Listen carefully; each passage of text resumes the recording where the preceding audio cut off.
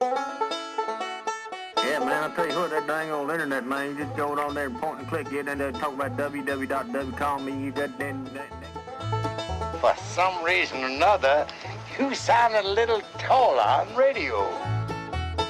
Well, for my money, he's got all the facial characteristics of a criminal.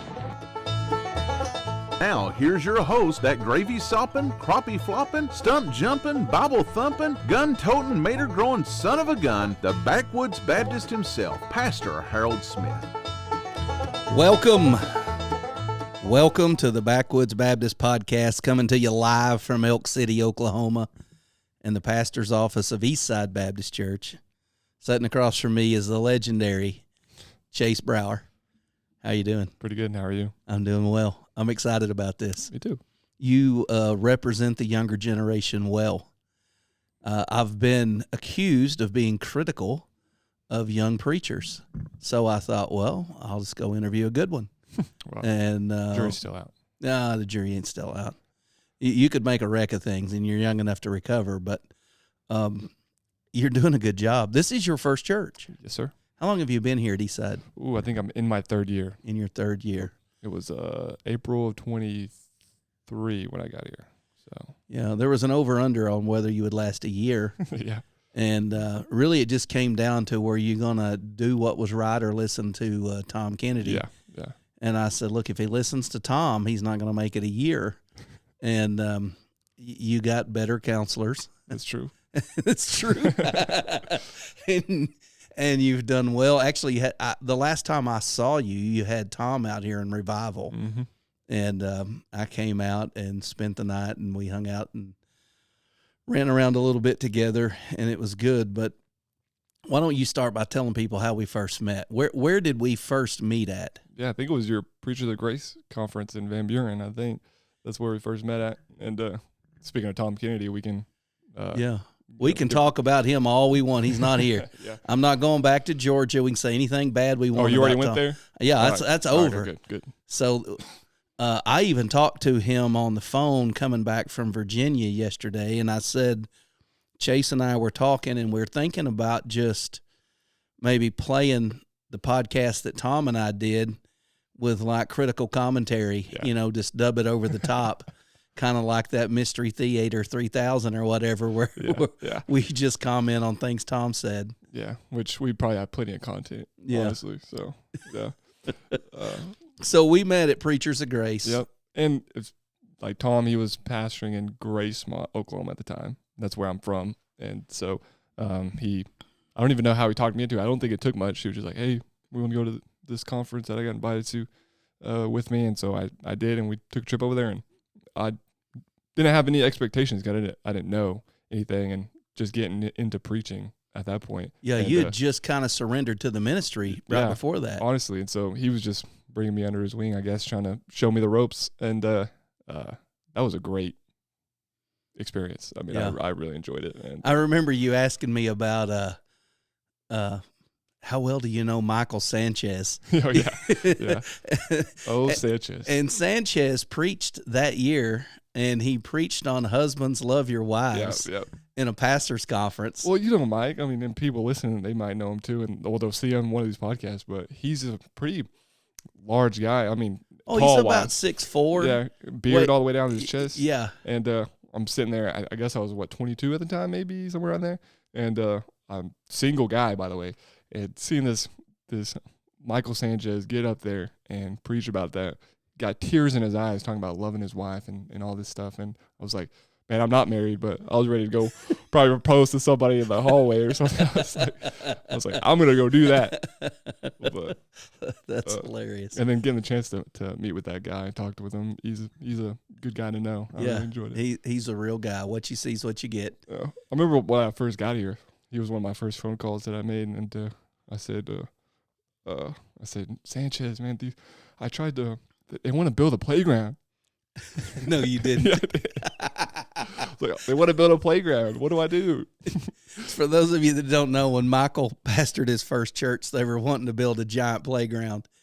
And Michael was saying, it's a waste of money. And he got in a big fight with the church over it. And he lasted about 6 months. That was funny. But probably a low blow, but it was funny. It was funny. I forgot about that. Till you said it, I was like, oh, yeah, I remember setting that up. So you are an unmarried pastor, so you bring a new perspective to the podcast.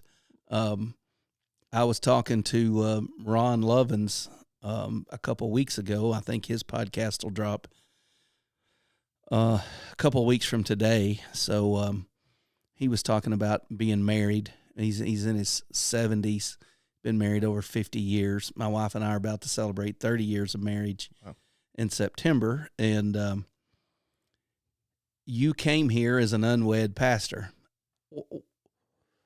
What's the dynamic of that? Is there people in the church constantly trying to fix you up with somebody? Yeah, there definitely was. I mean, and not so much anymore, especially now. I am in a relationship right now, which is a whole other deal. But I think, they did try to set me up with them. And you know how it is, all old ladies, I got a granddaughter, and I think coming into it, I mean, I was 23. I had no really idea what I was getting into. And so honestly, dating and relationships wasn't even on my radar. I didn't feel like I had time for it and anything like that. So my go-to was always, I mean, I don't meet anybody, but no promises. That was just to get them off my back for a little bit there. But I honestly, there's challenges that come with it. But I was just so busy. I felt like trying to figure the ropes out that I didn't really have time to dwell on.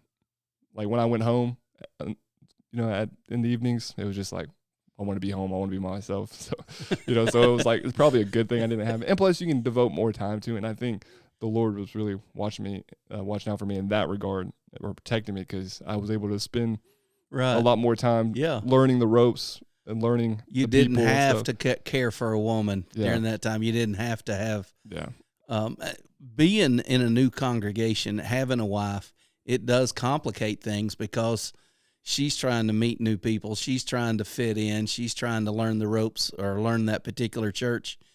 And so, my wife traveled here with me. I had to stop and dropped her off at the motel. She didn't want to sit over here on the couch while you and I talk for an hour or so. But anyways, no, I say all that to say it probably does have some benefit in a new church, not having a wife to be worried about, to be caring for. And so that's a good thing. Let's talk about kind of me shaming you into the ministry. Yeah. You've credited me with doing that. And it wasn't really shaming. It was telling me what I needed to hear at that time. I needed to hear it. So when you guys came out to the Preachers of Grace conference, I do remember that. And then I went to Gracemont and met with Tom and preached for his church. And I didn't really know Tom. I mean, I'd met him in Georgia, but we hadn't really spent any time together. I just knew who he was, talked to him on the phone. So he had me come out and preach. And then we went, I think I might have preached Sunday night. And then me, you, and him, the three of us all went and ate Brahms or something in Anadarko. And I knew you were a preacher because you had came to the Preachers of Grace conference. And if you're a preacher and you sneak in, then, that's like them that don't enter through the straight gate. That's them that enter some other way. So I was like, so what are you doing? And you're like, I'm working with the youth, First Baptist Anadarko. That's a city in Oklahoma, for those that don't know. And I was like, oh, okay. I was like, well, shouldn't you be preaching? And you were like, yeah, I'm just teaching. And of course, Tom's sitting there going, man, he's a great preacher. Man, you ought to hear him preach. Man, I'm telling you what, and I just hate to see guys that have the ability spend it just dealing with kids under 18.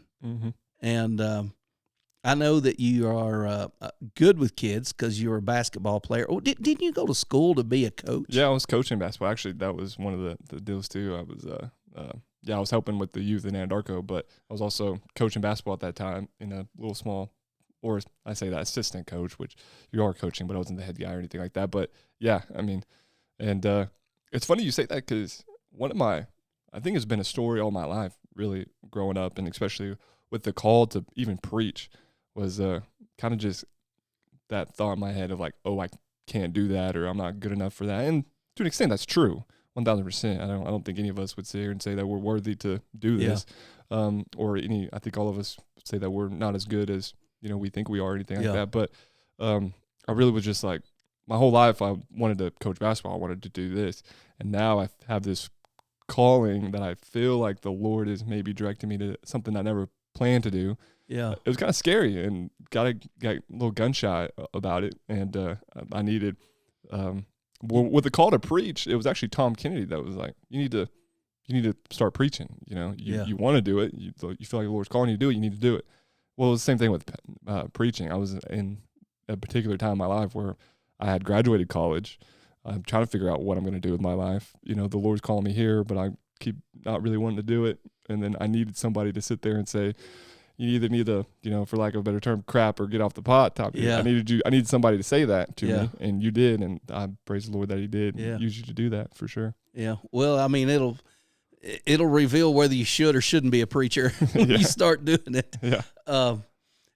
One of the things I remember about that meeting was us talking about it and just talking about you preaching and kind of getting to know you. And I came back out. Tom took his family home to Georgia on a vacation, and I went and preached for him that weekend. And I remember going to your grandpa's house. Yep. What's his name? His name is Mike. Mike, he has a tradition where on Sundays he fixes a meal for the kids and grandkids, right? Mm-hmm. And so how many people typically show up there on a Sunday? Let's see. In the heyday, I guess, back then it would probably been, there's 4, 6, 10, probably 12, 13. 12 or 13 people show up at Grandpa Mike Brower's house, and he is an absolute gem. I mean, he's hilarious for one thing. He's got a legendary Twitter account, or did have one. I don't know if he still does. He might still do. But he would make awesome commentary remarks on preaching and the goings on of Gracemont community, and anything you did. Your grandpa would get on Twitter and critique it. And anyways, I remember going there, and he had made jambalaya, and you had I think one of your uncles was there, and some other people were just kind of coming and going, and we were all sitting around after church, and I thought, man, this is like the best way to spend a Sunday afternoon, really just sitting around. Yeah, I mean, I thought it was great. And I'll tell you how great I thought it was. My kids are all grown now. And so my son and daughter-in-law and my daughter and her boyfriend and my mother-in-law every Sunday night are invited to our house for dinner. Wow. And if I'm gone, I'm gone. But if I'm home, I cook a meal and I feed everybody, and they all come over. And I want to be the crusty Mike Brower when I get older, and I want to be the one. I'm going to have to tell him about that. That's funny. Well, I thought it was great. Yeah. And what was great was that he was just wisecracking everybody in there. All the kids, everybody was fair game, Oh, yeah. And even if you're a stranger, like I said, I have a girlfriend now. The first time I took her there, you would have thought she'd been there all the time the way he was going at her, but really breaks him in a little bit. It was the same for me. He would just cracking stuff all the time, like, you're going to eat that or just pick at it, He was all the time saying stuff. Your uncle had a great big dog. He was complaining about that dog all the time. And I don't know. I thought, man, if I grew up in this family, you would have to be tough or die. Yeah. For sure. I mean, and so I could tell right then, I'm like, okay, Chase grew up in this right here, in this environment. That's the kind of environment I grew up in. My dad was always kidding us, saying things, making us think about things.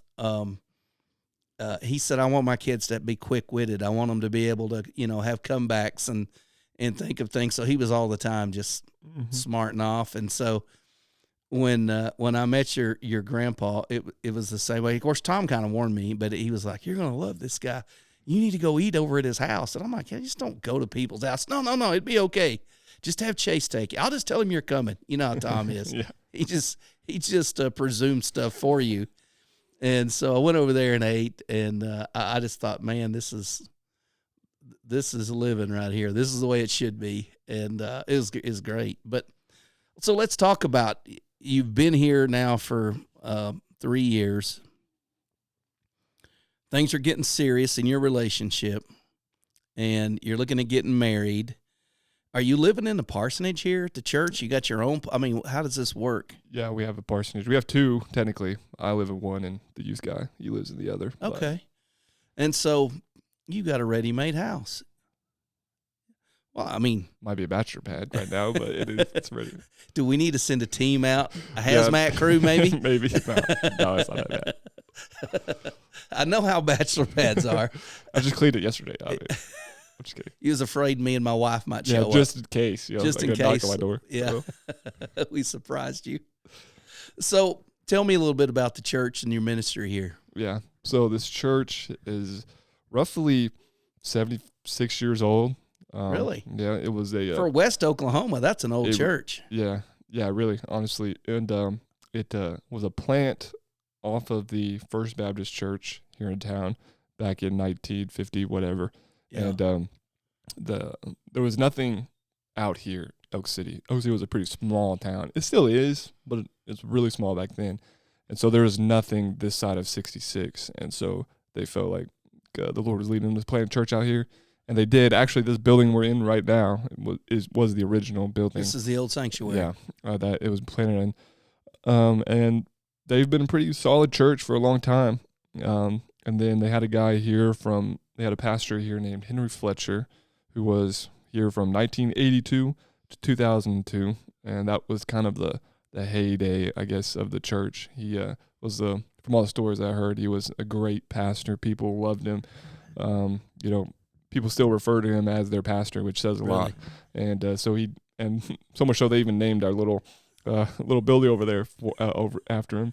But after that, they had a string of guys who were good, but they just didn't stay long. Right. They just kind of came a year or two and then left. And then they had one guy who came and just had a lot of issues, money issues, and it was the church kind of, I want to say split necessarily, but just fizzled out. Yeah, just kind of floundered. Yeah. And then the guy who came before I did, he did the Lord really used him in a good way to kind of bring people back and to kind of heal through those wounds and stuff like that. He did a really good job. But then he left, and they were without a pastor for a year.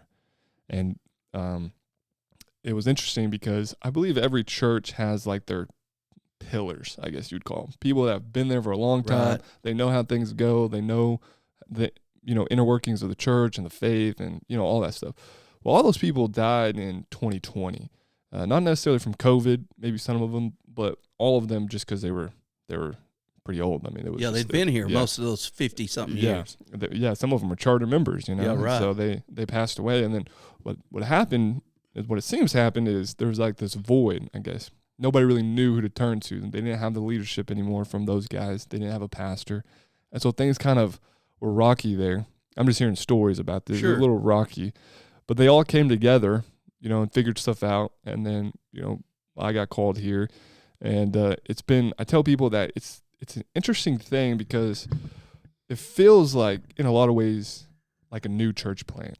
It's just a bunch of people trying to figure out how to, how things are supposed to go and what are we supposed to do and what is the church supposed to look like, and then I'm a young guy too, so I'm learning, still learning in the faith, still learning in, being a pastor and just a man in general. And so it's kind of been cool these last 3 years, just all of us growing together, and there's been, mistakes, don't get me wrong, Sure. There's been, little, spark ups of some conflict, but honestly, it's been, I'm blessed to pastor these guys. These are really easygoing folks.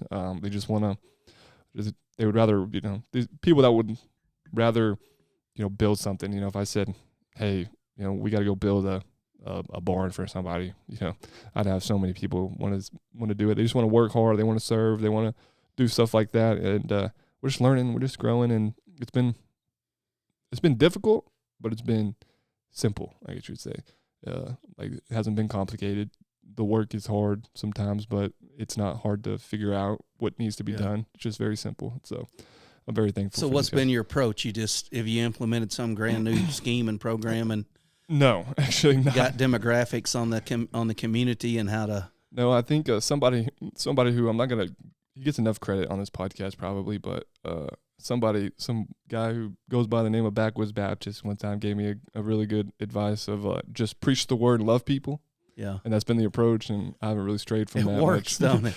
It's amazing how much it works. You know what I'm saying? You can, and we haven't, like, I don't know, this might sound kind of cheesy. There's a cornerstone out there on the front of the church, right? Yeah. That says that this church was dedicated to preaching the gospel. I really think it's just that simple. I really do. And maybe I'm just not a visionary. Maybe I'm just not anything like that. But I really just think if you just preach the word and love people, and if there's something that needs to be fixed, fix it. But like, I'm not into this whole like, hey, let's get all these programs going. Let's, I told somebody, I was like, I feel like a lot of places do all these programs and it's like they're trying to get more people inside their building. Right. Yeah. That's just all they want. Yeah. They just want the numbers. Yeah. They're going to preach, go and make disciples. But what they're doing is saying, come, come, I'm like, I thought the commission was to go, not to come. So I really just think it's simple. And I try to keep it simple here. Yeah. We have certain programs that we try to do that try to meet the needs of folks and, the community around us, but I mean, it's nothing complicated. But you're not winning all these people with a closed closet. No. You're just preaching, praying, singing, fellowship. We're in Elk City, Oklahoma. I mean, we're in Western Oklahoma. There's a church. There's lots of churches around here, I mean, I think there's 4 Baptist churches in town, some doing better than others. There's a couple non-denominational churches, whatever you want to say about that. There's I think they're weird. Yeah. That's what I want to say about it. You live here. You don't need to say anything, but I think non-denominational churches are weird. Yeah. And there's a huge Catholic presence. It was funny. Yeah. We were all the way out here, in Oklahoma, there's casinos everywhere, right? Yeah. And so it was like something Star Casino, Lucky Star Casino. I saw these signs over and over and over. Well, I thought I had passed Lucky Star Casino. Well, I did. I passed the one that was back towards Oklahoma City. There's one out here, and it's like exit 41. Mm-hmm. So we come in, and I saw this big building, and I saw a bunch of cars in the parking lot, and I said, look at them fools in there wasting their life. And I thought I was talking about the casino. It was the Catholic Church. Yeah, it's right off the highway. And I was like, that's a bigger gamble than you realize. You're all losers. Nobody wins in there, And my wife was like, it would be better if they lost their fortune and saved their soul, than to go in there. And we were just like, from exit 41 till we got to the motel, we were just cracking. What's more dangerous, casino or Catholic church? That's a really good question. That's a really good debate too. So we were just going back and forth, and I was talking about loaded dice, and I don't know. We were saying, I mean, it was just like. I should have just hit record on my phone so I could remember all the things. Yeah, I would want to hear that. Yeah. We should do a podcast on that one day called, Casinos and Catholic Churches. Yeah, that's so funny. Yeah, that's funny. Yeah, there's a huge Catholic presence here. Not so much in Elk City, but like the surrounding little tiny towns, whatever. There's a huge Catholic presence. Usually, if there's a big Catholic church, there's a cultural group that they're there for. Yeah. So like in our area, there was a Swiss and German group that settled the area. Mm-hmm. And so there's wineries there, and there's Catholic churches in every little town through the River Valley.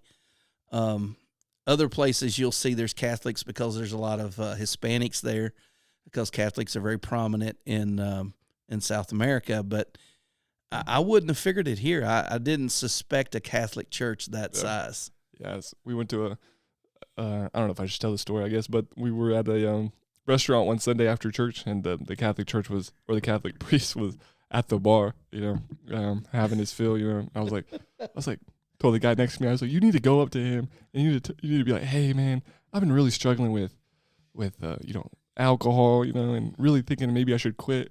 But seeing you do this right now has really inspired me. I don't need to quit. I was like, that would be so funny. How would you react if you're, that's like the definition of a stumbling block. So I was like, go up there and tell him that he just encouraged you not to stop drinking. That'd be funny. He was like, well, don't come to our fundraiser because we sell beers and The winner of the cakewalk actually gets a bottle of wine because nobody bakes cake anymore. Yeah, that's true. I remember as a kid, I grew up Missionary Baptist in my early years, and then we went to the big First Southern Baptist Church in town. So I went from us four and no more to, oh my goodness, we need to add another row of pews. But my mother went to a Catholic school most of her life. Her senior year, her parents had passed away, and her second oldest brother adopted all the kids still at home, and he got transferred to Oklahoma City. So she graduated from Oklahoma City Public High School, second in her class. Wow. And she got a full scholarship to Oklahoma Baptist University in Shawnee, and that's where my mother went to college. Yeah. That was the first time she'd ever been anywhere other than a Catholic church or a Catholic school. Yeah. So they were having a class reunion at the Catholic school that she went to, through the 11th grade, and all her brothers and sisters went there or graduated there. So they they don't have it like every 10 years. They have it every year. Right. And the Catholic Church uses it for a fundraiser. And so I was going to go back, it's a bring your family thing. And I went back, and dude, they're selling shots of liquor, glasses of wine, beer. I mean, it's like they're selling, alcohol. And as a little Missionary Baptist kid, I'm like, I think this is what the preacher's been saying is evil and of the devil. Yeah. And then they were over there playing bingo for money. And I was like, they're gambling? We've been preaching against gambling, and they're doing it in this church. I mean, just as a little, 7, 8-year-old kid, I'm walking around going, everything our church says is bad, the Catholics are using it to get rich on. Yeah, because, I remember seeing this big old pile of money. Everybody would pay for a bingo card, and they would count out how much was there, and they would take a portion and say, the winner gets this. And so this guy's over here stacking up money, and I'm like, they're ripping people off, and then people's over here buying beer, and I'm like, so this is why you have a class reunion literally every year. Yeah. It's a fundraiser. And so that really got me, like, just as a little kid, like, this ain't right. Yeah. These people aren't like us. So then I went to my great uncle's funeral. He was born in 1889. Wow. Lived to be in his mid-90s. Just a awesome dude named Joe Heiss. But he died. We went to his funeral, and I saw people giving the priest money after the funeral. And I'm like, we've never taken up an offering at someone's death, Right. Well, what they were doing was paying for prayers. And so for $5, this priest would pray for my dead uncle to get out of purgatory. And I thought, well, that's just weird. Well, then I learned as I got a little older, another fella passed away that was Catholic, and his family was having to write thank you cards. And I was like, what are you writing thank you cards for? All the people that bought prayers. And I'm like, why are they buying prayers? Yeah. He's dead. Praying time's over. After death come judgment. There's no intermediary. And they said, well, everyone that paid to have some kind of prayer to get you out of purgatory, the more prayers you get, the quicker you get out of purgatory. They wrote their names down, and it was customary to mail them a thank you card for a prayer for the dead person to get out of purgatory quicker. And this person was popular, and like 150 people bought prayers, some of them more than one. And I'm like, this priest is raking in, $750 for doing a funeral. And then he's sitting there, we want to get him out of purgatory, amen. We want to get him out of purgatory, amen. And he's counting them on his rosary bead, getting his money. And I thought, for crying out loud, this is a racket. Yeah. It's really sad. And it sickening. Is sad. And the amount of people that really believe it is even worse. My mother's, most of her brothers and sisters, they all grew up in it. Some of them came out. My mom was one of 3 girls, and so both of her sisters, Aunt Kay and Aunt Margie, they're out of the Catholic Church, and they're in various Protestant churches and have been for some time. But a lot of my 10 uncles are still staunchly Catholic, and and they're committed to it. And I feel bad for them, but I also say they knew better. Yeah. I got an uncle, he's passed away now, but he told me he'd been married 3 or 4 times, and he come up to me and he goes, well, I know you're a preacher, so I want to run this new plan by you. I said, okay, what's that? And he goes, well, if you get married and you sleep with another woman, that's called adultery, and that's breaking the 10 Commandments. So I don't want to keep doing that. So I don't want to get married again because every time I get married, it always ends bad, and I end up broke.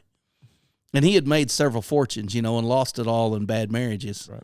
And he said, so I got this new plan. I said, there's no other plan. And he goes, yeah, I'm not going to get married. We're just going to sleep together, unmarried. She's not married. I'm not married. Nobody's committing adultery. How about that? And I said, that's fornication.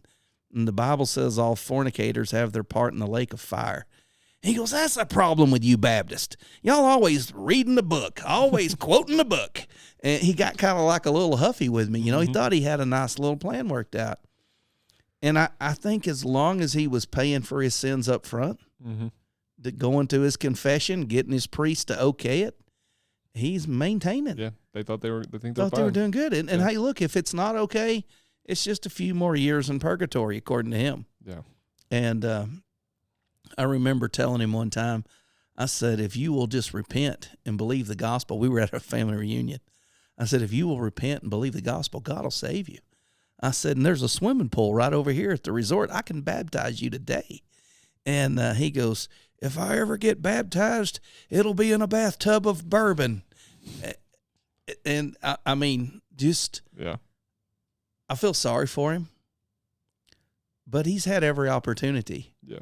The people I really feel sorry for are the old Catholics. When the Bible was in Latin, nobody could read Latin. They were having to trust these priests as being their stewards. And as soon as somebody showed up and said, let's make the Bible in our language, they were like, burn that guy. Yeah. Tie him up. Let's not just kill him. Let's burn him and let's throw his ashes in the river. And one guy they killed, and they were like, that's not good enough. Dig him up and burn him, and then we'll throw his ashes in the river. For doing what? Yeah. Letting people see the actual word of God for themselves. Yeah. I don't know how we got off on the Catholic Church. Well, it's interesting because there's a lot of I have a buddy here in town. He's a First Baptist preacher here. He has a joke. He says that everywhere he goes, whether it's a revival or maybe he's pastoring somewhere, wherever he goes, his personality, he attracts Pentecostals. Yeah. Which makes sense if you meet the guy. He's very charismatic. He's a very charismatic guy. Not charismatic in his theology at all, but very just, a charismatic individual. He's got charisma. Yeah, he's got charisma, a lot of it. And my thing is, like, I'm the same way, except for instead of Pentecostals, I attract a lot of ex-Catholics. Do you really? Yes. And so there's quite a few here that come, and there's one lady specifically who comes here. Her son got baptized here before I got here. The last guy baptized him, and she would not come to his baptism because she's Catholic, and she raised her kids Catholic, and they don't need to be doing that.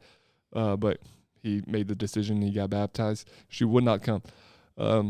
Her daughter ends up going to OBU to play basketball, and she graduates. She starts coming here. She's, excuse me, the husband starts coming.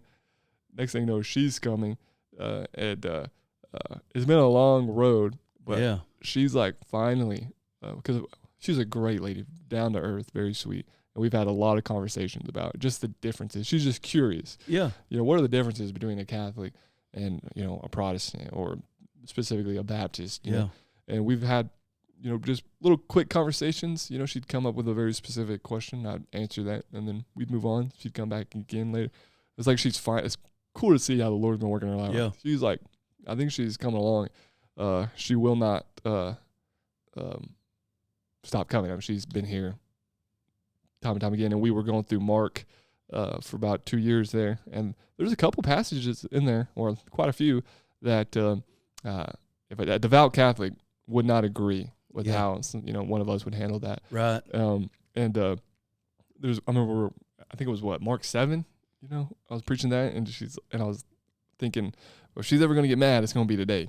You know, if she ever stops coming, it's going to be after this.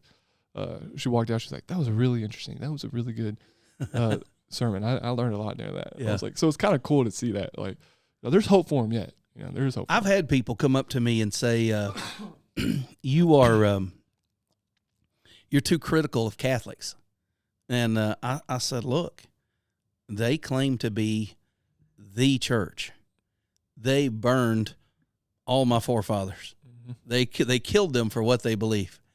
I advocate for religious liberty.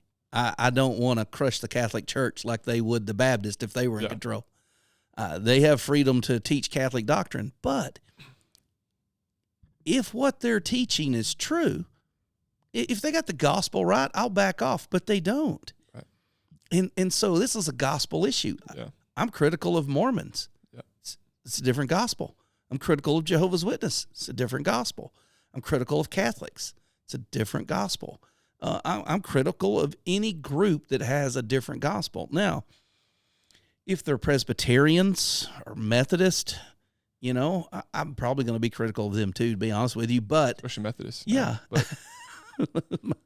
But my point being is, I know there's enough biblical gospel there for people to be saved and saved people to be a part of it. But you can't be a Christian and believe what the Catholic Church teaches. Yeah. You can be a Christian and be in the Catholic Church, but you got to be believing something different than what they're advocating. Right, 100%. And a lot of Catholics that I've talked to really don't know what they believe. No. They have no clue what they believe. And you tell them, hey, the Catholic Church believes this. They're like, no, we don't. No, the Roman Catholic Church does teach this. And it's just interesting. Like, they just have this. And if you get a Catholic with some convictions about him, he's not happy with what the Pope does. Yeah. I remember when Pope, I think it was Francis, they called him Frankie the hippie Pope, you know, and I had a friend that was a devout Catholic and, you know, had a Catholic wedding. I went to it. And so I don't ever talk religion with him. He knows I'm a Baptist. I know he's a Catholic. We've kind of covered everything we need to cover. And I walk in, he goes, what do you think about this Pope we got? And I said, well, he's the Pope you got. I don't keep up with him, you know? Yeah. And he's like, I'm so sick of it. He's so liberal. He's for this, he's for that. And I mean, I was like, wow.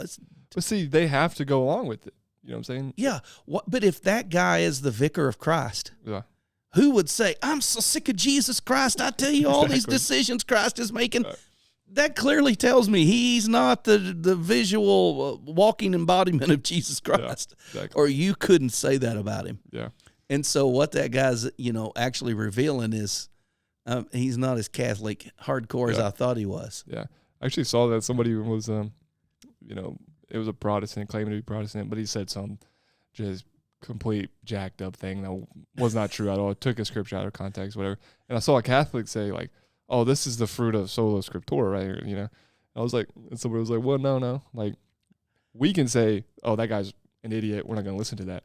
But if your Pope says that same thing, you have to believe it. That's right. You know, you have to, because he's in your confession, he's the vicar of Christ. And that's the thing about Baptists. We believe in individual soul liberty. So even our pastor can say something weird. Yeah. And we don't have to go along with it. You know, we can pray for our pastor and hope the Lord straightens him out and fixes him. But we're not stuck with somebody that because they said it, we have to believe it. You know, having liberty of conscience means we can believe, what we as individuals, because none of us are going to stand before God and give an account for anybody else other than pastors who give an account for the congregations they've been called to pastor. I see you've got an old Preachers of Grace bag over there in the corner. Yeah, I do. Actually, there's two of them right there. There's two right there. That's right. You came a second year, and I think your mother got sick. Yeah, she did. Right when I got there, too.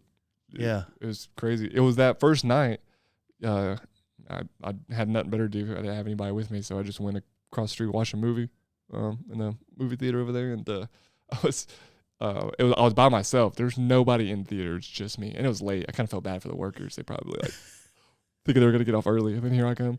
But I'm sitting there, and then my sister calls me and tells me everything happened. I was like, oh, well, that sounds pretty serious. I better get back. So I hated to leave, but it happens. It happens every year, man.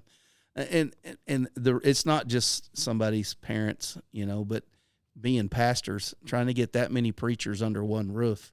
If somebody in the church dies, if a deacon, has some issue come up, it seems like every year preachers would show up and go, "Hey, brother, I just found out, this pillar of our church, as we were talking about earlier, passed away, and I need to go back." And it's always, I hate it, but I'm kind of getting the itch to start up another meeting. It just got to be too much of a headache trying to keep all the personalities together. And that would be difficult. Yeah, meetings like that. Our meeting, I thought, was extremely good. I thought the fellowship that we had, but you can't have great meetings and have the Spirit in them if there's division in the group that's there, whether it's the church or whether it's division in the pastors that are there. Yeah. And we just had some divisive preachers. Every year I would have to tell somebody, I would just have to uninvite somebody every year. Like, they can't come back. Last time they were here, they just argued with everybody, or they left here and just ran everybody else down. And if they come back, I would have guys say like, "Well, if so-and-so's coming, he and I are going to talk. I'm not going to let him say." And I sometimes it's that person you have to say, "Well, maybe you should just stay home." Yeah.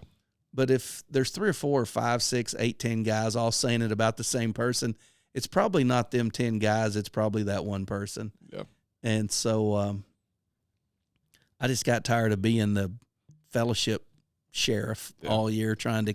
And nobody can fault you for that. I mean, if people are mad at you for not doing it again, they need to get some experience, which I don't think anybody is. The last year we did it, I think I spent $17,000 in ministry funds putting that meeting on, which is a lot of money. And that's not counting, the food that I cooked and things like that. That's just motels, books, other meals that we bought. It just, you think 60 pastors, not all of them are single men like yourself. Most of them bring their wives. Some of them bring their kids, and which is okay, is what we want. But you just start racking up some intense motel room bills. Mm-hmm.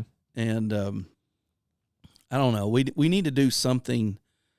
I've been praying about it, and I went to a camp meeting last week in North Carolina. It was a big outdoor. It was under a big pavilion, like a church camp type tabernacle. Okay. And it was big. I mean, there's several hundred people underneath there. And I was sitting there, and I was looking around, and I thought, we've got a barn on our property that's this big. We could have a camp meeting. I could back a flatbed trailer up there and put a pulpit on it and get a sound system. We could have a camp meeting. That'd be cool. And I just thought maybe that's what we need to do, is just have a string of camp meetings, and I don't know. It got me thinking, and I've had several people like, we need another conference. We need another Preachers of Grace meeting. And I'm like, yeah, I'm kind of getting the itch, kind of would like to get everybody under one roof again. And West Park, the church that I'm a member of in Ozark, our pastor, Russell Threet, Russell attended a lot of Preachers of Grace meetings. He's even mentioned the problem with Ozark and where our church is located is there's not a good motel there. The 2 motels that are there, one of them I wouldn't stay in. The other one I would sleep with one eye open. Yeah. I know if you like that. It's not that Ozark's a sketchy town. It's just the motels. I don't think there's not enough room in the decent motel, and it's still kind of sketch, But that would be something we'd have to overcome. And I don't know how we do that. So anyways, we need to come up with something. But so back to your ministry here. You said you preached through Mark. Mm-hmm. We talked about that a little bit the other day when you and I talked on the phone. How many services do y'all have? Just one. Sunday morning only? Yep. No Wednesday night? No Wednesday night. As far as like traditional, like we don't do that yet. We don't do it yet, but we're about to start one. The story behind that was that there was they quit doing it during COVID, for whatever reason. Yeah. And they just never got it back. So when I came, that was one of the first things I was going to do. Like, we got to have a midweek, something. We got to do something on Wednesday night. But then my youth guy that I had here left. And so that became my responsibility now. And it was just, I was like, okay, I guess I'm stuck here. And I think that time was good for me personally, just to get the routine down, I guess, preparing 2 messages a week. Before I got here, I had, a month to prepare for one. And if I couldn't prepare one, I would just preach another one. I'm preaching at a different church here. They don't know. I preach the same message at every church in Caddo County. I'm just kidding. No, you did. You did. Just about, maybe 99% of them. The other ones that I didn't, the 1%, I just didn't get the opportunity to preach at. I definitely would have. But no, getting the routine down of trying to prepare 2 messages a week or prepare something, it helped me not to have that pressure, I guess. Preach to the youth, which I say that the youth are less. You preach to your youth? I figured you was just dunking on them in the parking lot. No, we don't do pizza parties over here. The joke is we don't have fun in our youth. We just preach the gospel and then tell them to go home. Every time we try to have fun, they don't have fun. So we're not very fun around here. But no, then you met my youth guy. He just started that about a month or 2 ago, right before summer hit. So you have all these youth camps and stuff like that. So the plan is, okay, now I got nothing to do on Wednesday nights now, so let's get a midweek going, which is going to be really difficult to do, just because they haven't had it so long, and so people aren't accustomed to that. Yeah. And so, but they've gotten spiritually lazy. Mm-hmm. And so they've probably found a sitcom that comes on Wednesday night, or The Bachelorette. Or it's funny. I hate to throw by the bus. He's a great guy, but he was here in one of our Sunday school classes, and so and I was like, hey, this is what I'm planning on doing. This is how I do business meetings. We're not going to meet up in a business meeting. I'm just going to throw the idea around the church and see what happens. And so I was like, hey, I'm thinking about starting a midweek Bible study on Wednesday nights. What do y'all think? Would y'all be able to make it? Stuff like that. He's like, well, I don't know. Wednesdays are kind of my alone times. My wife is gone. I was like, come on, man. That's hilarious. But even though we don't have a midweek, we've had to do different things. Instead of that, we've done a Thursday night Bible study with the men, and the women do a little thing. And so we've supplemented it, but Right. I don't think anything can replace a gathering of the church. You know? And so and you told me today that you guys do Sunday school after service. Mm-hmm. Reverse. Yep. The old switcheroo. Mm-hmm. How do you like that? Hang on. Don't answer. Okay. Do you want to go on the record with how you feel about that? Well, I think everybody knows, but I told them honestly, because they were asking me when I first got here. You had football fans. They want to get home for kickoff, that kind of stuff. I think they just want to beat the lunch crowd, I think. But I told them, really, truly, it doesn't matter to me. Rather I preach at 10 or rather I preach at 11. It doesn't matter. I think it's great. Yeah. I would be the same way. I think it's the strategy behind switching it, which happened before I got here. But the strategy was to increase Sunday school numbers. It's to see it's easier to get somebody to stay than to get somebody to come. Yeah. And I'm sure that's true to an extent, but I can't say I've seen the fruit of that. I can't see. You ever have visitors show up and go, "Oh, it's Sunday school"? I've had some people show up, halfway through the service and be like, "Oh, I thought y'all started at 11." But that has, as time's gone on, that has less and less happened. Do you like that hard wall, like we got to be done in time for Sunday school when you're preaching, or do you want some more flexibility? I would like a little bit more flexibility in the worship service, because I think there's, and you'll see it tomorrow, probably how we do things, but I think there's 3 things that need to be in every single service: prayer, scripture reading, and preaching. Right? So you preach, you sing. Well, I guess throw singing in there too. It's like if I wanted to fit everything in the service, we would have to, start a little bit earlier, or I could preach a little bit less time, but it's like, so I feel like there's a rush in the service to get done before. I got to get done. I got to get done. I got to get done. And it just doesn't work very well. I think as far as the timing of it goes, now nobody is going to nobody complains if I go a little bit over. Like the Sunday school teachers aren't gonna, Yeah. and if they do, they're doing it to themselves. I don't hear about it. Yeah. But they I don't think the Sunday school teachers really complain all that much. Right. But I don't want to put them in a hard time. Like if I go too short, I don't want them to feel like, oh, and I gotta have the I pressure gotta fill in. Yeah. Or if I go too long, feeling like I gotta rush. So it's something to think about. I think it's helped us be a little bit different because I think some people, I know some people really like it. They like it the way it is. And they don't want to change it just because. I know churches that have a early service and a traditional service, or early and late, however you want to say it, like service number 1 and service number 2. Yeah. There is a lot of people that like to go to that first service, get it out of the way, be done for Sunday. Yeah. And I don't mind that at all.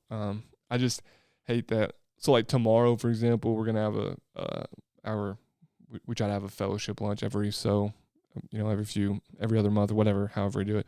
And the problem with that is we have to say no to Sunday school because people would leave and they want to come back, And so it's like if we want true fellowship here, with everybody, then we got to cut out Sunday school, and I don't like that part of it. Yeah. Ideally, if everybody'd stay for Sunday school, but what church has that? And if they do, let me know. Let me know your secret because I don't know. But, well, it would be weird if I'm just here because we're eating in 45 minutes, so I'm gonna sit through this one. Yeah. So there's pros and cons to it. I've never heard of it. I'm not against it. Yeah. I wanted your take on it because I thought, well, that's going to be interesting. And then you're like, but we're having a meal tomorrow, and I was like, oh, okay. Yeah, yeah. So I don't, like I said, there's pros and cons. I'm not partial either way, and I'm not trying to say the political answer here either. I really don't care. I think. But if you were establishing a church, you wouldn't be like, no, we're going to have that late Sunday school. Yeah, no. You don't see enough benefit that you're like, we need to change this thing around. Yeah. I actually had one guy who he lives right down the road from where we're at, and he was a member here, and I think I don't know the finances, but I'm pretty sure he still sends a check even today. But I've never seen him here ever. Never seen him inside this building. But everybody told me he was a member before I got here, so I went down there and visited him when I first got here. Knocked on his door and told him, hey, I'm the new preacher there at the Eastside, and he said first thing he said, he didn't say hi, he didn't say anything, he didn't even tell me his name. He just said, when are you gonna switch the service times back? So he won't come. He's the only person I know that will not come for that. But because we start at 10 and not 11, I was like, "What's the difference? You're gonna be here anyways." I love it when you gonna switch the service times back. Yeah, First words out of his mouth. I was like, "Well, nice to meet you too." But it was pretty funny. But no, I think it's beneficial for. Well, I say beneficial, it might be more of a cop-out that if the Sunday school teachers are unprepared. They're out there reading through their lesson while you're preaching. Yeah, or sometimes they'll just say like, okay, well, what'd y'all get out of the sermon today? So I guess that helps them sometimes, but I think sometimes it bails them out too. Yeah. Well, as long as the Holy Spirit don't show up and people start getting saved, and then somebody's over there, hey, ring the Sunday school bell, we're late. Yeah, we gotta go to Sunday school. Y'all don't have a bell you ring, do you? No, we do have a bell because they started there's a Christian school here in town for like K through 8. They actually started it here, so there is a bell. We'll use it for like VBS stuff and stuff like that, or just to be funny. So there is a Sunday school bell, but we don't really use it.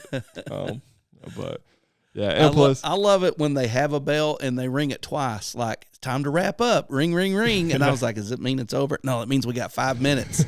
And I was like, oh, we got a warning bell. Yeah, the warning bell for the real one. It's and another thing for having to cut it off. It's kind of helped me a little bit, and I might get in trouble for this on your podcast, and you might get on to me for Nobody it. Listens but my mother and 2 other people. Okay.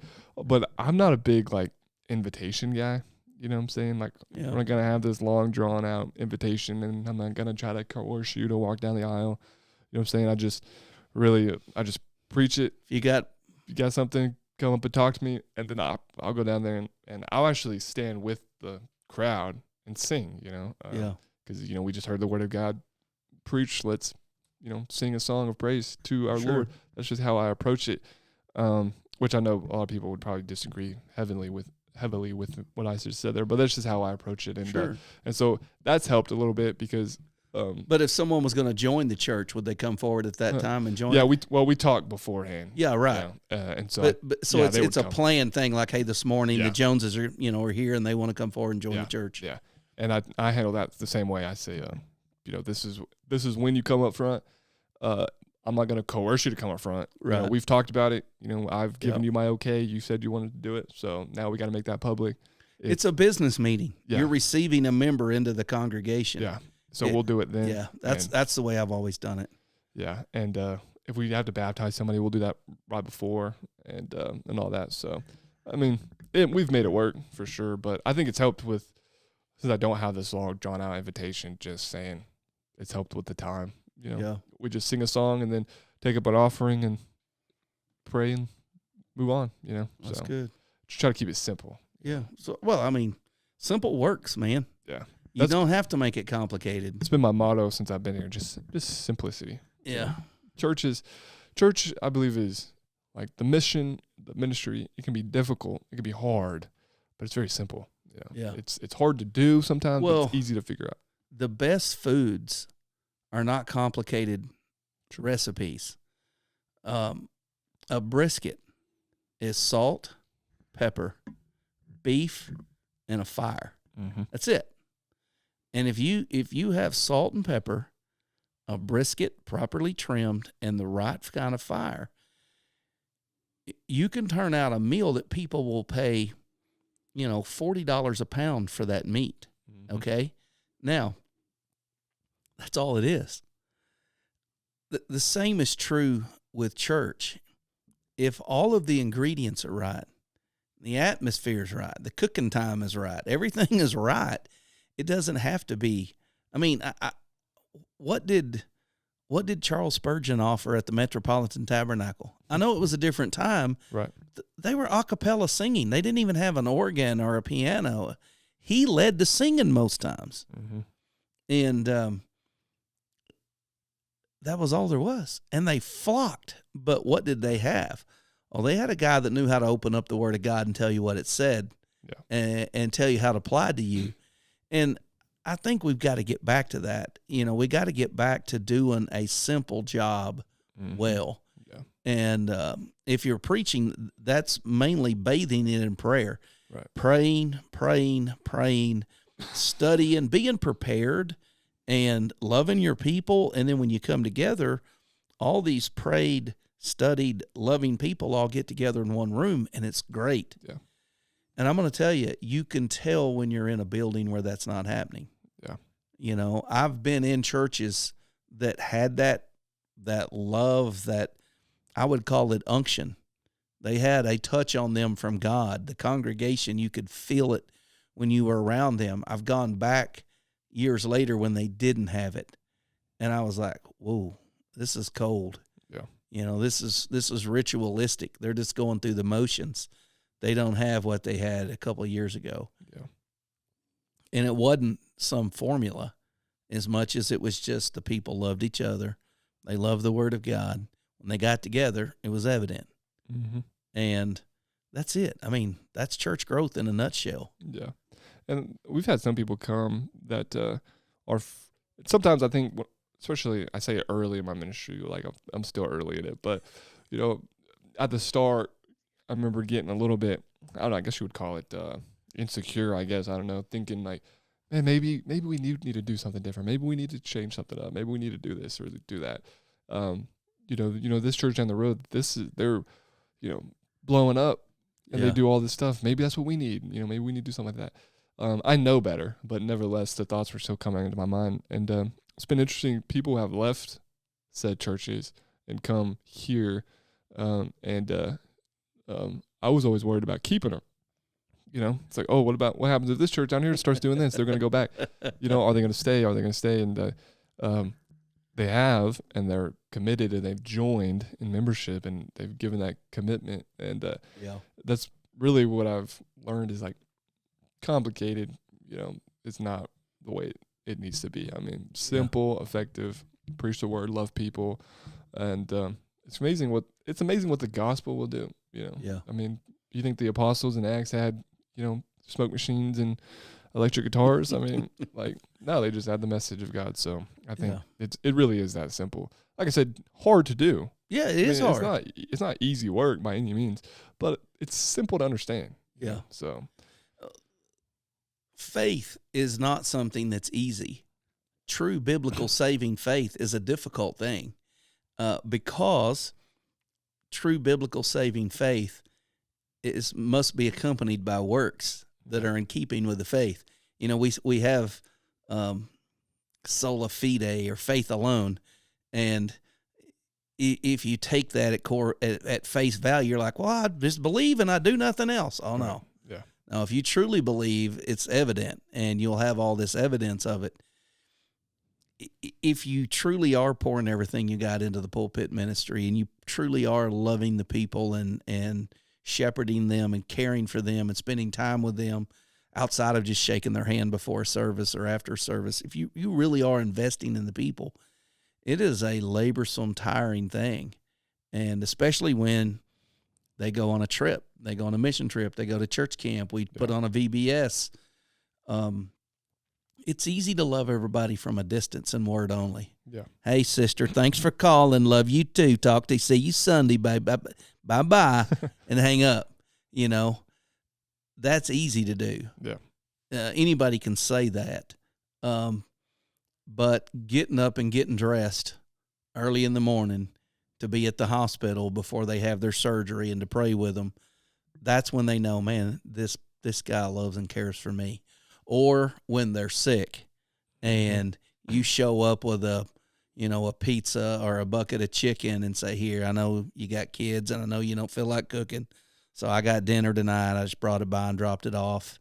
One of the things I used to love to do was when we'd have a potluck at church, and I would look around and would see that, so-and-so wasn't here. I was like, where's so-and-so at? And they're, their husband's sick and they, staying home taking care of him or whatever. So I'd go over there and I'd put them together, an old Baptist potluck to-go box, and I'd fill them each up a plate with a big dessert, take it in my truck, and everybody start cleaning up, and I'd hop and run up the road, or sometimes a good ways off, knock on the door. I did two things. Number one, I'd let them know that I loved them and that we were thinking about them. We prayed for them. But number two, if they was faking it and they was just sitting at home watching a ball game and didn't want to come to church, I knew about it, you know. Yeah. And then I never would say anything, but they were like, he knew. Yeah. He showed up with food thinking we were sick. We just told everybody we were sick.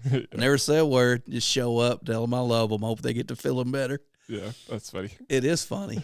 I love doing that kind of stuff. Yeah. I will say, the thing that makes pastoring hard sometimes is the people. There's no doubt about it.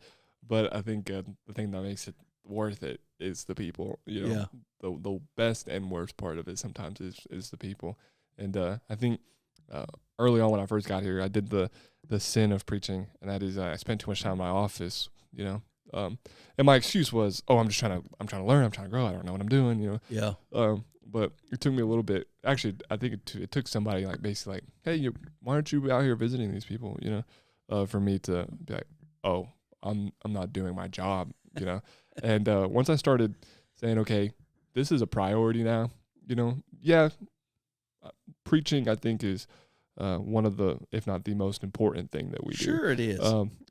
As long as I'm prepared and I have that time to prepare. It doesn't take 40 hours yeah, to it shouldn't craft take a all sermon. day. And it shouldn't take all day. And if you can't go visit, if you're too busy to visit your flock, then you're too busy doing nothing. So I have a lot of young preachers, and this is why I'm critical of so many of them. They'll say, well, going out and visiting, that's all old school. That's what we used to do. We don't do that kind of stuff anymore. Nobody wants you to come to their home.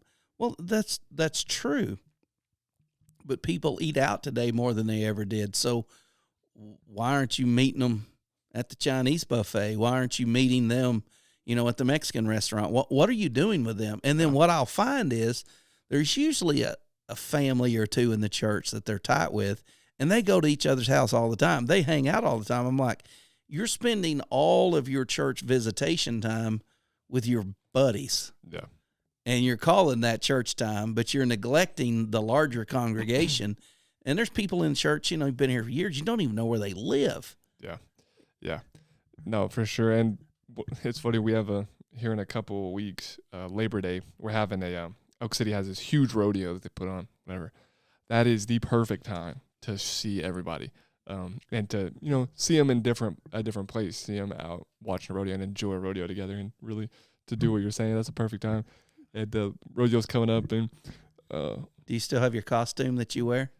Yes, my clown costume. Yeah, no, your cowboy costume. Oh yeah, I do have that.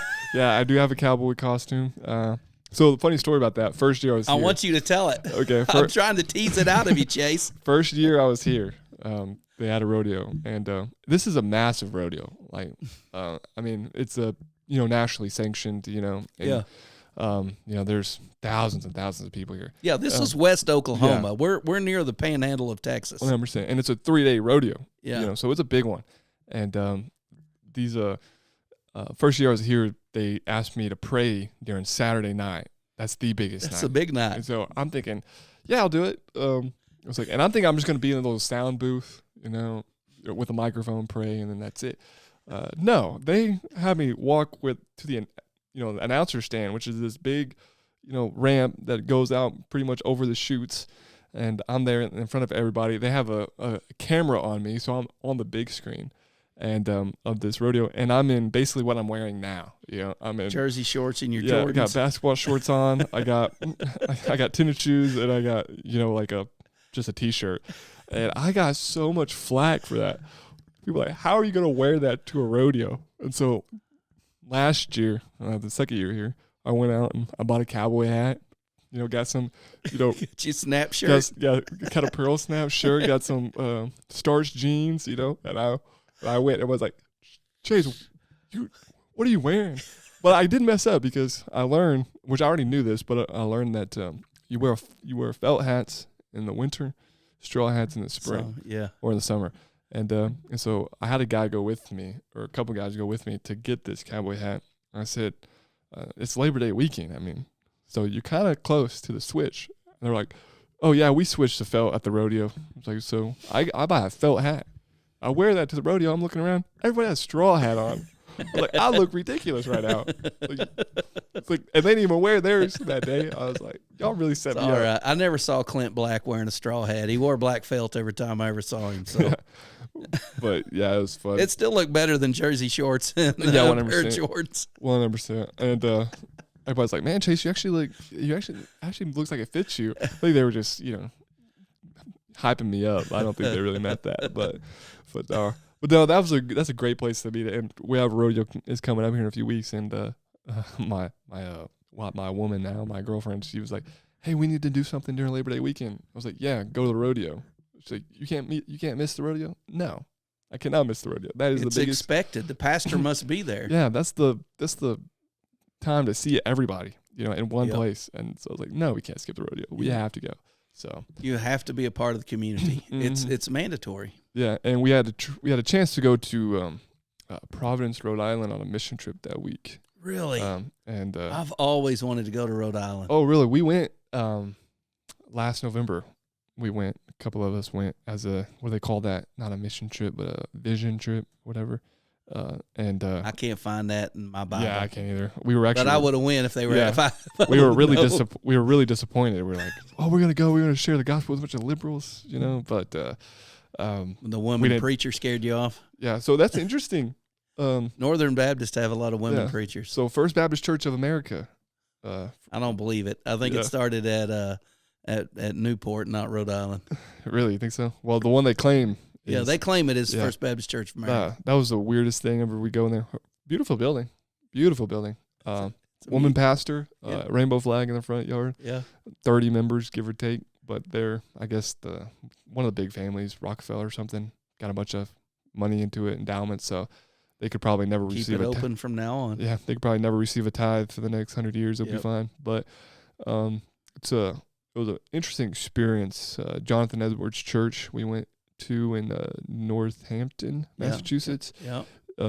It's got a woman pastor now and rainbow flag in the front. And I was telling somebody, we went to Northampton, Massachusetts, and that was the weirdest experience. I'm not like this wooey spiritual guy, like a Pentecostal is. I'm really not. I'm really reserved in my theology, but I get there and there was like this spiritual darkness. It felt like, I mean, Really? it was like you can tell that people are lost here. Like, and there's no light. There's not a gospel. It's a what gospel keeps me preaching from church. going to Rhode Island. It's a dark area, man. There's a lostness is a big problem up there. It really is, and it was eye opening. And we were talking to some of the guys.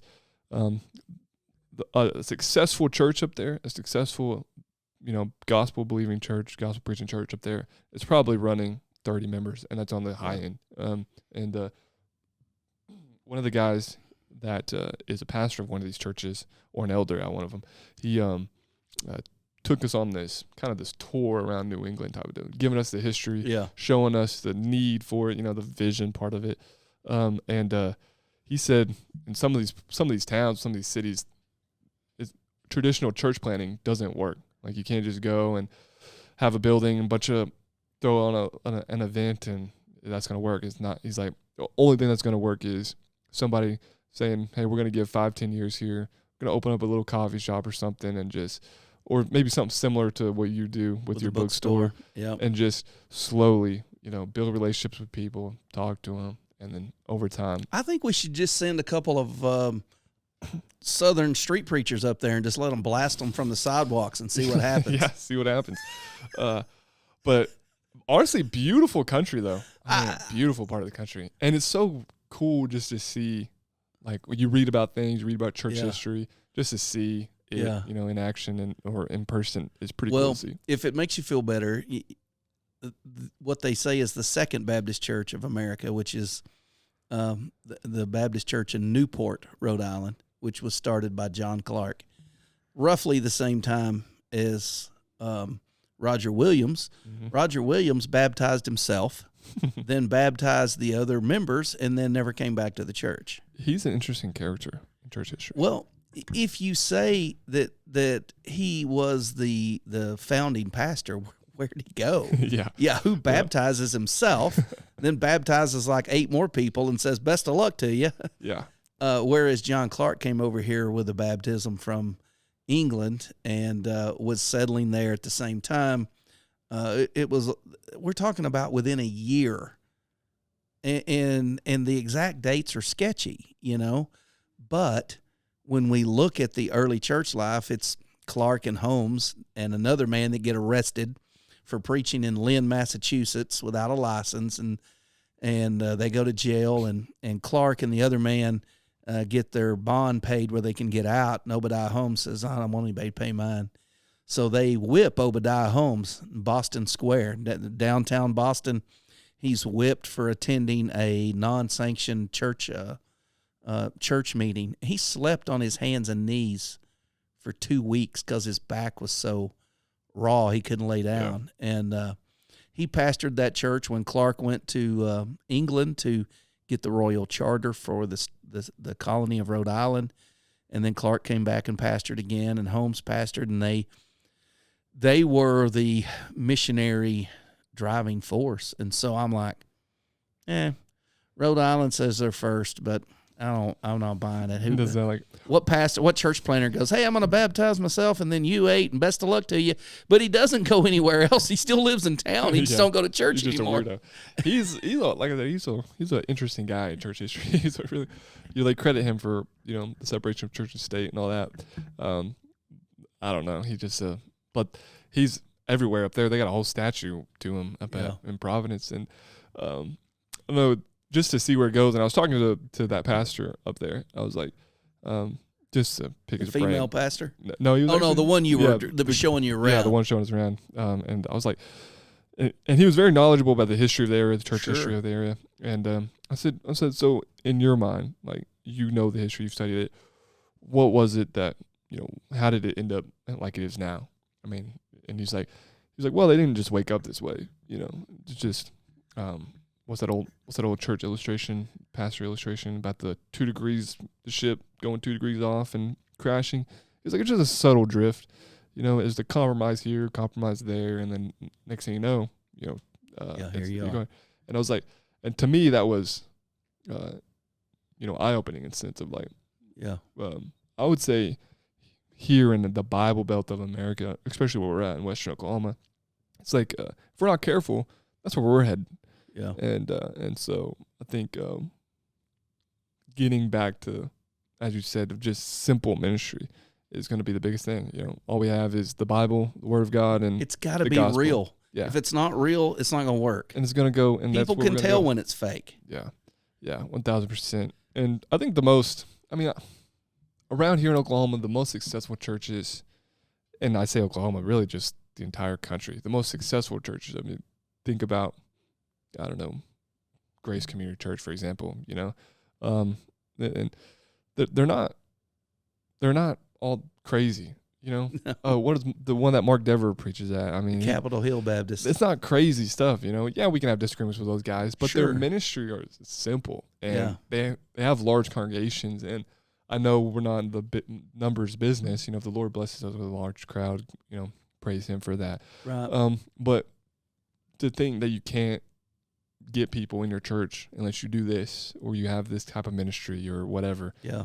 I just don't get that. I don't know where you see that. What you see, if you look at history as a whole, you see the church doing just what you're talking about: gradual compromise, gradual compromise, gradual compromise, and then a society as a whole will grow cold. Yeah. And so, if you look at the arrival of George Whitefield, Charles and John Wesley, they were in what was known as like the gin downgrade, where everybody was just drinking gin and staying drunk all the time. Yeah. That's what everybody did. They just drank and stayed drunk all the time. The clergy was all drunk, and they had discovered how to make gin, and they were in the gin craze. Well, God graciously grants what we would call a revival, what history calls the Great Awakening. Yeah.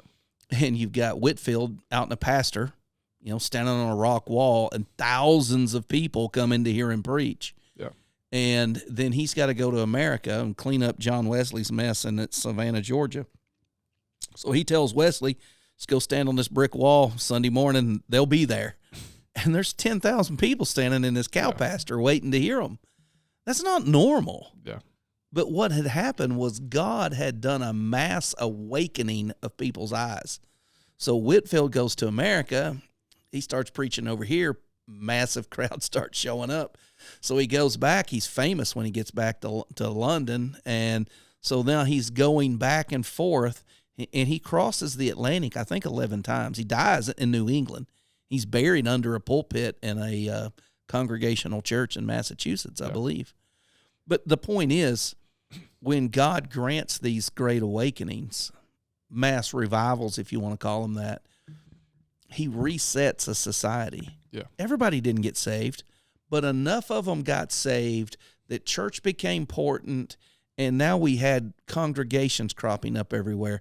And Whitefield used to joke and said, all of my chicks have turned into ducks.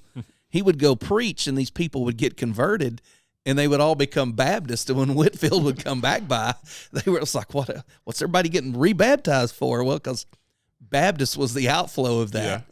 Yeah. And so he joked that my chicks have turned into ducks, and which I think is awesome. But my point being, out of that, you have the Bible Belt explosion because Shubal Starnes is converted under the preaching of George Whitefield, becomes a decided Baptist, experiences persecution, and goes through Virginia, gets persecuted some more, comes to South Carolina, finds no persecution on the North Carolina-South Carolina border, starts preaching.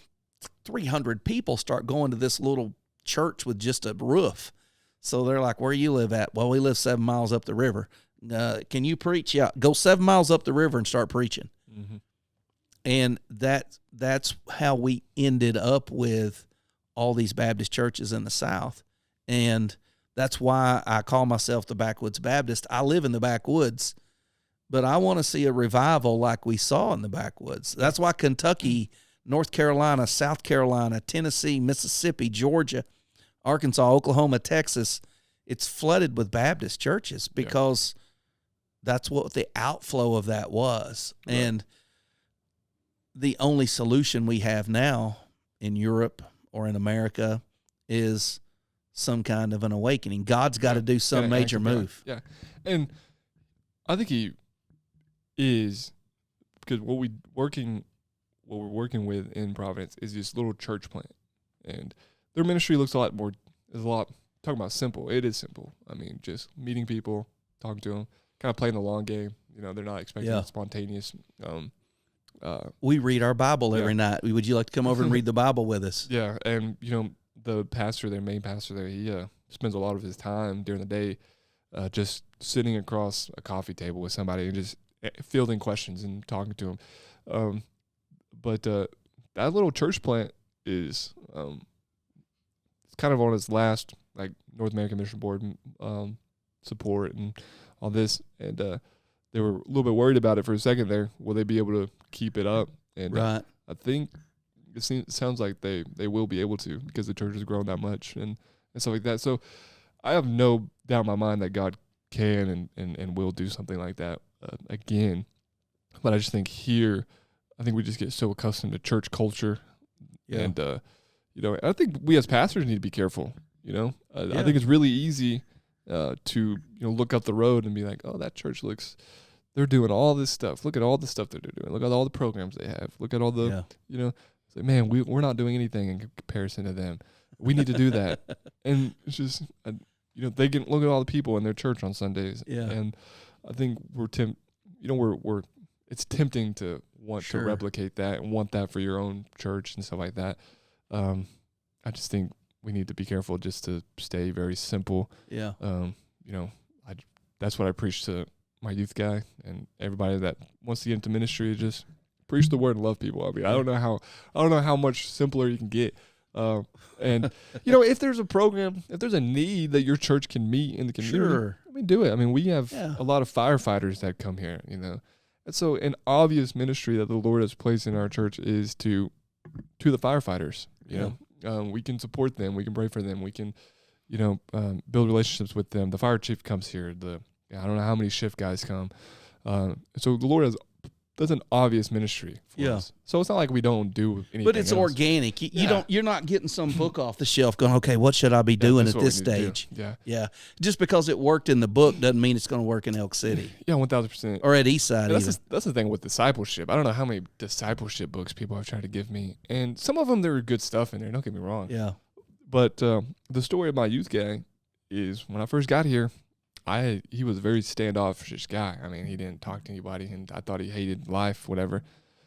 Just over time, get to talk to him, and then, you know, going to his house, just talking to him, you know, not preaching to him, just building a relationship like we're doing now, and, you know, and then the questions or the conversations end up turning spiritual. He got saved and baptized like during my first year, or I guess right before my first year. This is your current youth pastor. Yeah, and then he's grown tremendously, which he already had the background. His dad is a minister and stuff like that, so it's not like he didn't know, you know, knowledge. But it's been cool to see his knowledge, you know, transform with saving faith. You know, and he's grown tremendously, and Lord calls him to ministry, and he does it. There was no strategy involved with that. I wasn't like over here like, okay, we need to do this, and then we need to get him into this Sunday school class. And it was just sitting there talking to him. And it's amazing what the Lord will do. And then there's another guy in the church. He's my age. He's doing that at work. And he's a welder. And so he's sitting on site with these guys, and he'll just talk to him. And it's amazing. Every week he comes to me with hey, I was, you know, this guy that never talks to me finally asked me this question, and we've had a gospel conversation, and he's having you know, one of the guys he works with and is good friends with now want to learn more about the Bible. So they have a weekly Bible study now, just them two.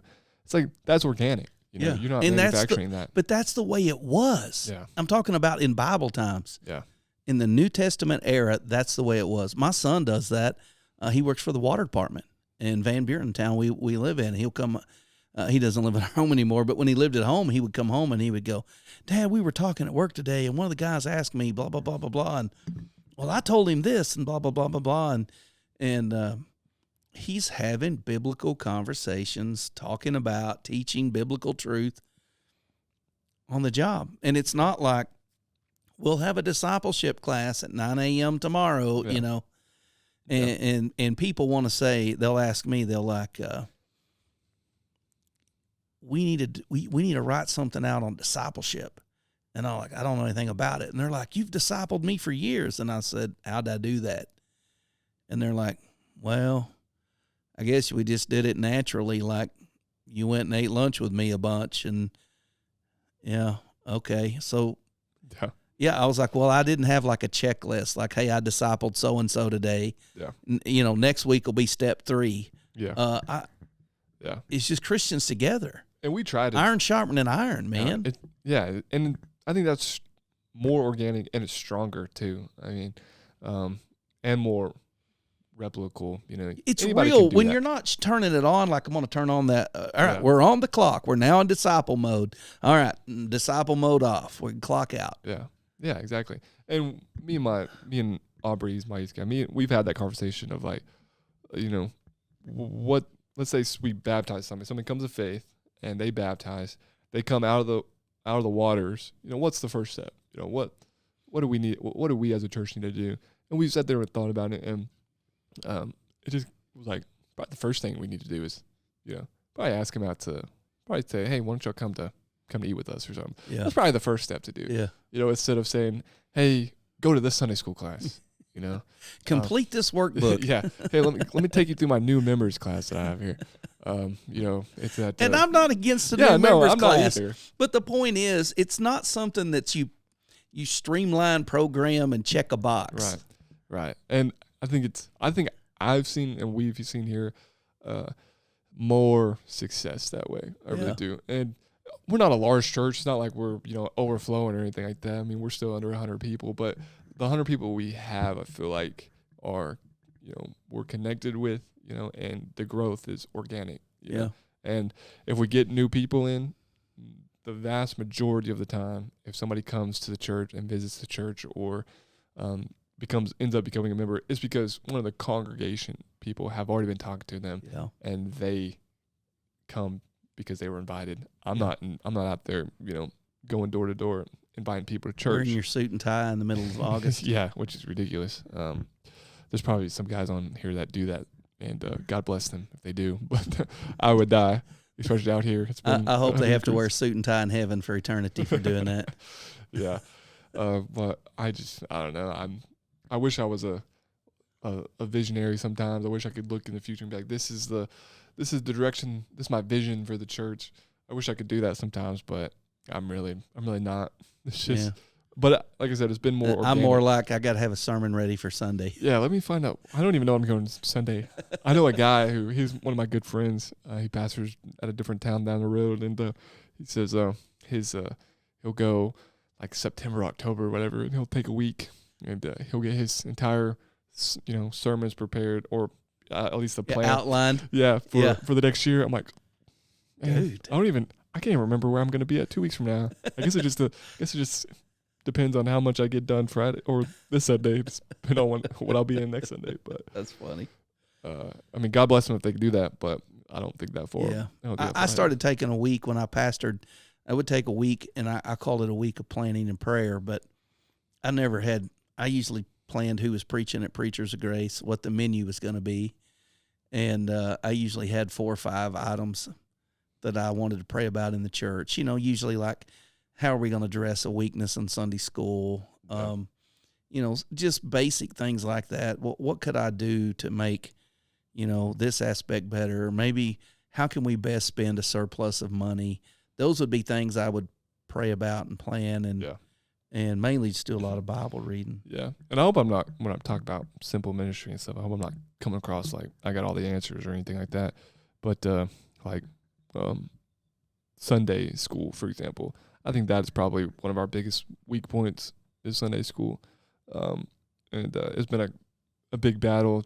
They were using, when I first got here, they were using, what's that stuff, Right Now Media or whatever. They're using, I don't know. It was like a video series or whatever, where they could watch a video and talk about it. Yeah, but which I don't like that at all. But if you're gonna do that, at least talk, whatever. Yeah. I was in a couple of them. They'd be like, they'd watch one video and they'd be like, well, anybody got any thoughts? Nobody say anything. We'll start the next one. I'm like, this is the worst Sunday school class I've ever been a part of. That's been a huge battle. We've gotten rid of it. I've gotten rid of it in just about every class, except there's one or two that are still lagging behind a little bit, but we're getting there. And like Sunday school numbers are not impressive at all. You know, it's like, what do we do with this? I was like, well, I think first thing is we need to have something worth coming to. Yeah. And I think the only thing that would be worth coming to is opening up your Bible and going through it. Yeah, the hard part about Sunday school is finding teachers that are able and and willing. I mean, going through preparing a sermon is hard week after week. Expecting somebody who has kids and a full-time job and all this stuff to devote the time to study and prepare a lesson. It's a little bit difficult to do. Yeah. Which I think one of your preachers of grace you gave I thought I had it up here, like a kind of a curriculum, Sunday school curriculum from the Baptist Publishing House. Yeah. Yep. That's the BMA's publishing house. Something like that I think would be beneficial. Yeah. If it's used correctly. Yeah. You know, if somebody used it. I think I'm not against materials, teaching material, study material. I'm not either, as long as it's good material. Yeah. Some of it can be really shallow. But that's called the Baptist Expositor. Yeah. And we have copies of it at the bookstore. And people come in past, quarterlies. We have teacher quarterlies, student quarterlies. We give them away, make them available. And a lot of people come in and they'll get one. They'll come back a couple months later and they're like, man, that was really good Sunday school literature. You have any more of those? Yeah. And we'll give them some more. But, yeah, it's Yeah, so Aubrey was using that for his youth Sunday school, and they really enjoyed it. They liked it a lot. That's good. Good stuff. We've been going an hour and a half, man. Yeah. You thought you would talk about 30 minutes. I'm so ready to go. What else you got? we can wrap it up and go eat, too. Where are we eating at? Where do you want? There's not a whole lot here in Western Oklahoma. Last time it was Rib Crib, which it's kind of a chain restaurant. What about that Mexican restaurant? We ate there one time. It was pretty good. Yeah? You like Italian? Yeah. Look at me, dude. There's like you're talking to a picky eater. There is a pretty nice place, pretty nice. Now, it don't have to be fancy. Well, it's not fancy. I mean, we're in Western Oklahoma, but there is a nice Italian restaurant here in town. Oh, really? Yeah. Ran by ranch hands from Western Oklahoma? Ran by a guy who might be in the mob, I think. I don't know. He goes home to Sicily every summer, so he just got back. So it's real. It's real, yeah. Yeah, let's go eat there. Yeah, let's do it. Hey, man, if you're still listening, you are probably a Backwoods Baptist yourself. I had a really good Backwoods Baptist thing. I don't remember what it was. Somebody called me and told me a Backwoods Baptist story. You got any good Backwoods Baptist stories? No. All right. See you somewhere in the backwoods.